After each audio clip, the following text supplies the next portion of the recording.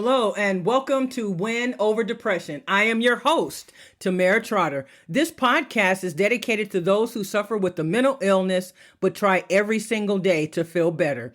It's also dedicated to those who have loved ones who suffer in silence and want everyone to know about this debilitating condition. You know, depression is one of the most undertreated conditions in the entire world.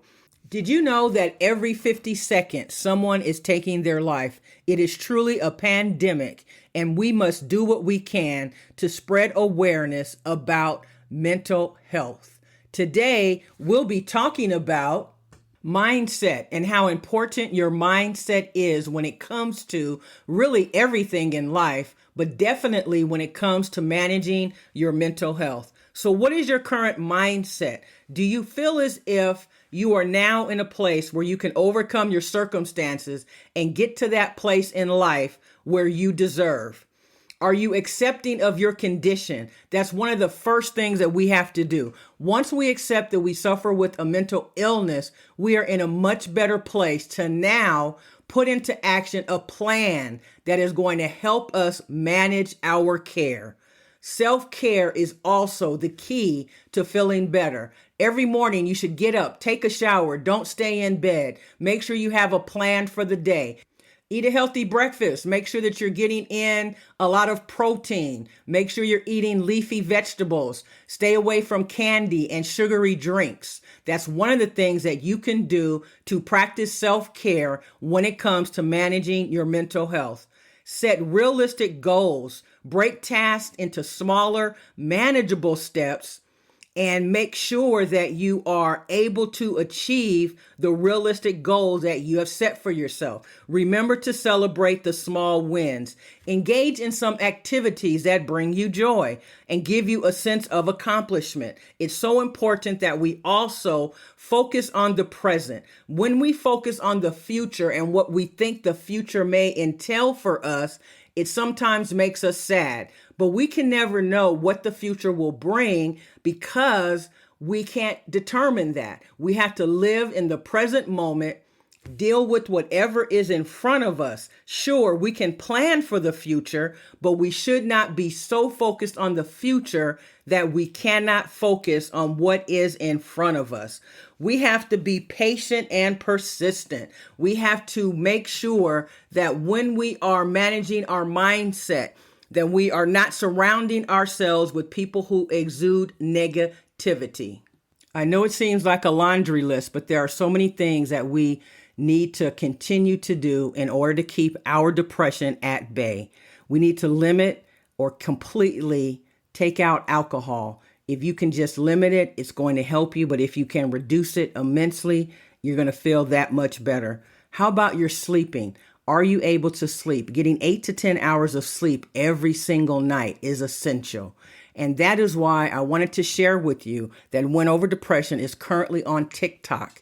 And on Monday, February 26th, we will have a live and free webinar. In order to register, all you have to do is go to the Win Over Depression TikTok page, and on my bio, you will see a link that says Pensight, PENSIGHT.com.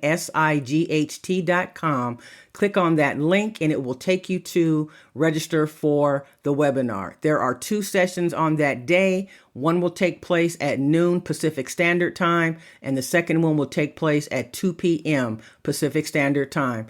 Come and find out ways that you can overcome your mental illness.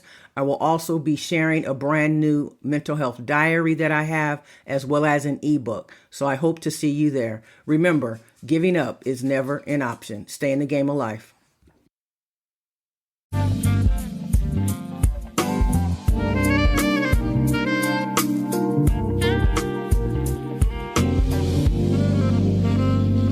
Hello, and welcome to Win Over Depression. I am your host, Tamera Trotter. This podcast is dedicated to those of us who suffer with the mental illness, but who are trying every single day to understand our disease and to live the best life possible. This podcast is also dedicated to those individuals who are trying to understand this disease so that they can be more supportive to those friends or family who suffer with a mental health condition. Today, we'll be talking about commitment, and I would like for you to take notes if you're able to.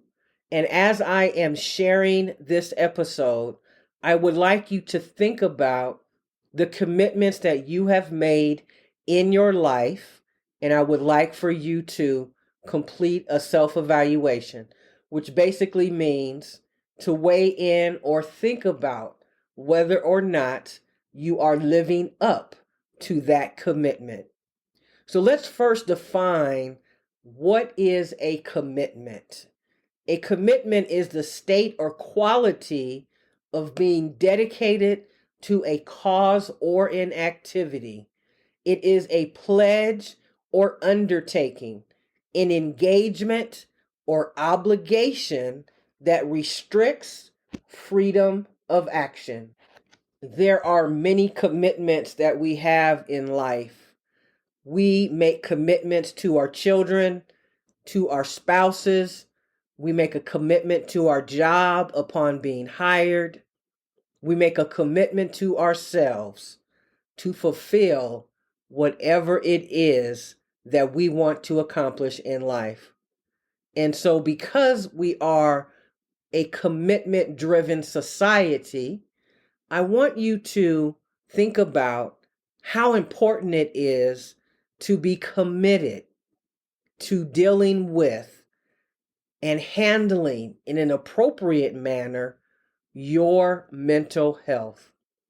It is essential and critical that we take the time to think about whether or not we are doing the work that is necessary in order to overcome many of the symptoms and circumstances that have caused us to suffer from a mental health condition. And I want to talk about suffering from a mental health condition for just a moment.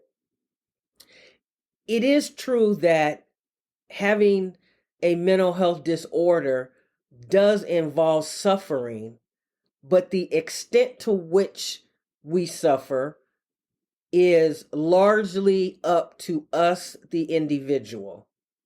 And so, what is your commitment to handling your mental illness, managing your situation on a daily basis? Are you 50% in and committed? Are you someone who needs to recommit because you know that you just have not been putting in the work? Can you recognize that you were never fully on board with being committed to what you said you were going to do? How has your commitment changed? And why has it changed? Have people in your life influenced the change? And if so, how can you get back on track? Is your commitment one-sided? Because oftentimes life is about relationships. And if you are in a one-sided relationship, whether it is with a friend, a spouse, and even a coworker, that will affect your ability to stay committed to that situation, person, or thing. So as we continue, I submit to you that having a commitment is a promise to deliver the outcome someone is expecting. Let me repeat that. A commitment, in my opinion, is a promise to deliver the outcome someone is expecting. Now, let's put that in perspective a little bit. When we're talking about commitment to overcoming our mental illness, we have made the commitment to ourselves. And if we expect an outcome that is going to help us to feel better, to be a better parent, a better friend, a better sister or brother, then we have to self-regulate and determine whether or not an adjustment needs to be made. When we make a commitment, there is something that is expected on the other end. And so you know that I am very transparent with my listeners. So I am actually sick, and I have been diagnosed and tested positive for COVID for the first time in my life. And for the last 3 days, I have been in bed. But in January of this year, 2023, I made a personal commitment to this podcast, Win Over Depression. And that commitment was that every Friday that I would drop a new episode. And I have lived up to that commitment the entire year up until now, except for 2 occasions when I had to upload the episode on a Saturday morning because I was having technical difficulty.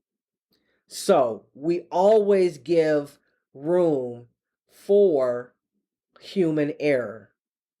And so even though I'm not feeling well, I made the commitment that without fail, I owe this episode to my listeners. It is 11:38 p.m. Pacific Standard Time. I have 22 minutes to finish this episode, make any edits, complete the show notes, complete the episode information, do the cover art, and launch it on Buzzsprout in the next now 21 minutes. That's what commitment looks like. That's what it feels like. So, yes, I am doing it at the last minute because I just was not up to it because I'm not feeling well. But my friends, oftentimes, most of the time, more than we'd like to admit, when we suffer with a mental illness, we are not always at our best, but there are still people counting on us and expecting us to deliver on a promise that we've made with an expected outcome. And so I am not expecting you to be me, but what I'm saying is I want you to think about the commitments you've made in your life and how many of them are you truly living up to. In society, we tend to be overcommitted. It is almost an addiction. The truth is, our jobs, our employers expect way too much, and we continue to do the work because we need our job.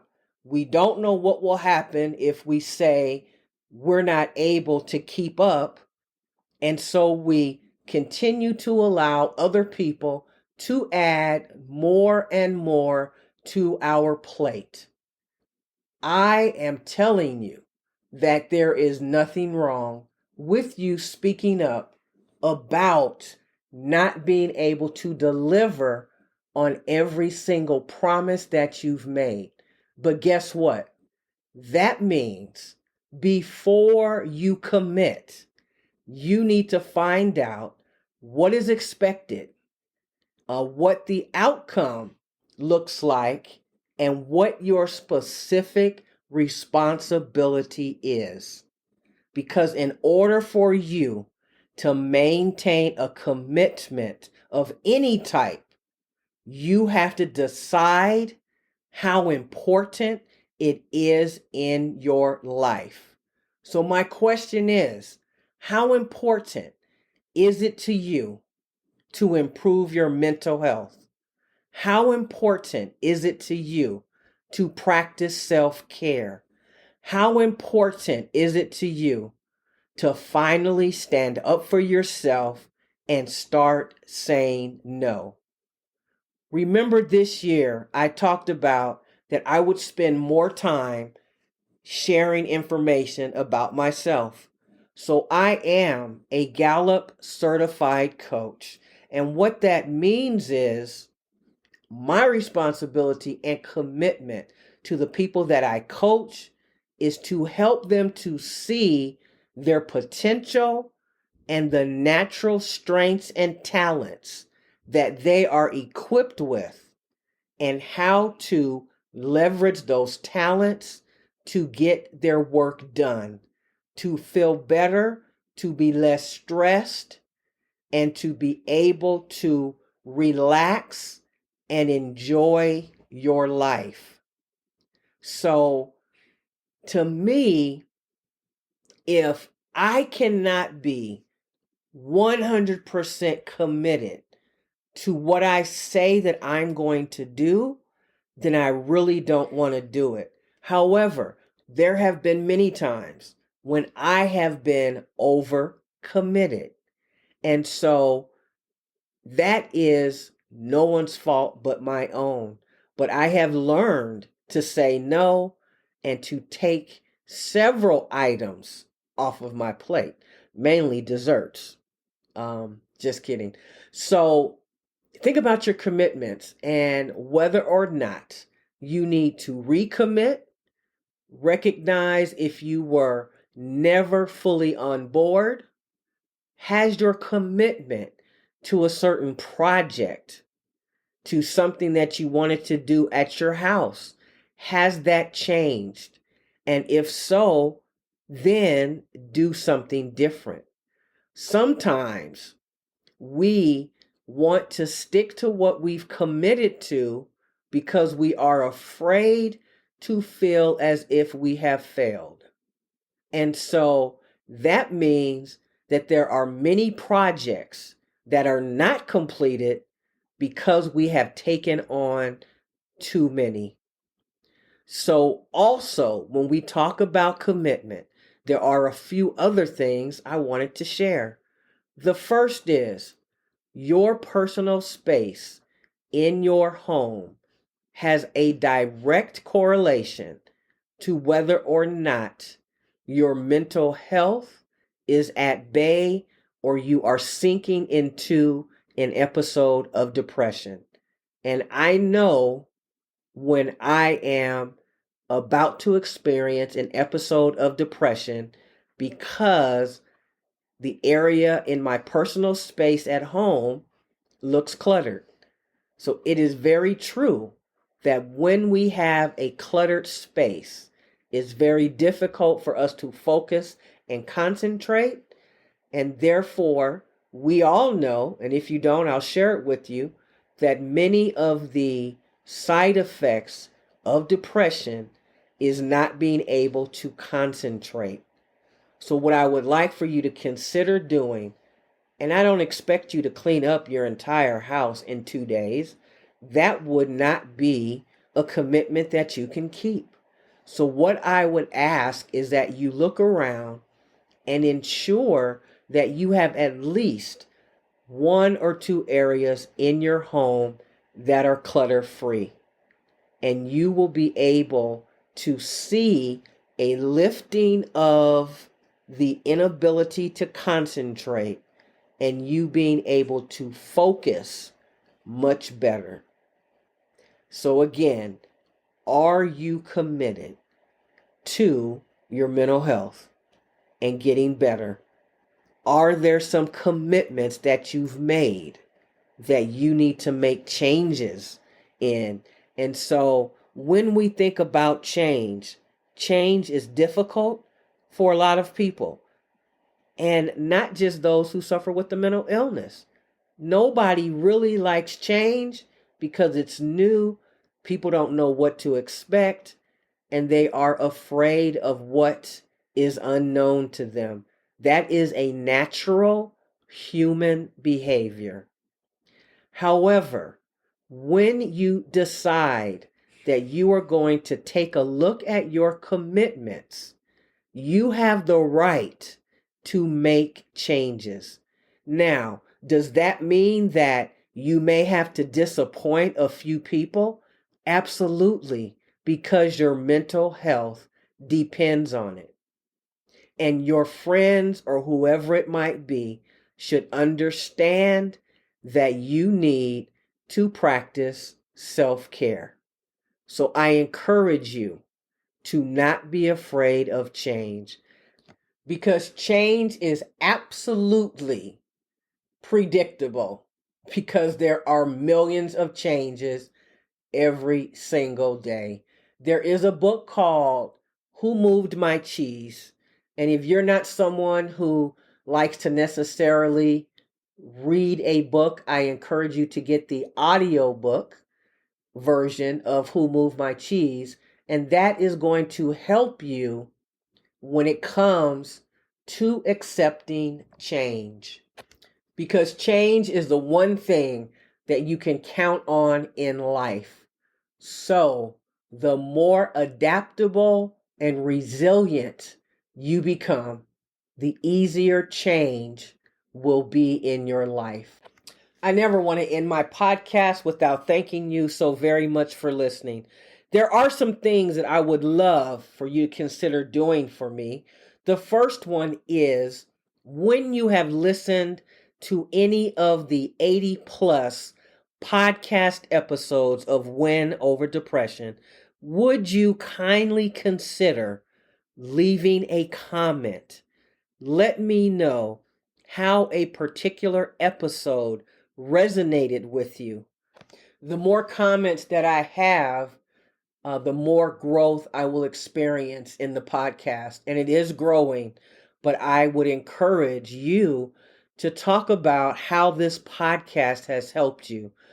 Several people have reached out to me to tell me personally, but if you would be so kind as to leave a comment, I would really appreciate it. Remember, you can reach me on Pinterest at TT Mental Health Expert. You can also find me on Instagram, Twitter, and Tumblr at Tamera Trotter. That's Tamera, last name Trotter. You can join my Facebook group, also called Win Over Depression. Win Over Depression now has a journal that goes along with the podcast episodes. Each journal will have 25 episodes, and it will have homework, places for you to write notes, and really be able to keep a record of how well you are doing in combating and reducing your episodes of depression. In addition, this journal will also give you the opportunity to have in front of you proof of your journey and proof that you are making strides. One of my episodes, we talked about how important it is to celebrate every single win that you have experienced, no matter how small you believe it is. If you have gone from 2 episodes of depression per month to 1 episode, that is a 50% improvement. You can go to my website, winoverdepression.org, go to the tab that says products, and you will be able to make the purchase of your journal there. If you would like to reach me personally, you can reach me at Tamera, Tamera, at winoverdepression.org. Stay in the game of life. Remember, giving up is never an option. You are important. Your life is worth living. If you are listening to this podcast and it's late at night and you're feeling down, I encourage you to go back and listen to many of my episodes. I have several on why you should not commit suicide, as well as why suicide may come into your mind in the middle of the night. Don't take your life. please call 911 or call an accountability coach. I would love for you to know how important you are. I care about you, and I will see you next time on Win Over Depression. Take care.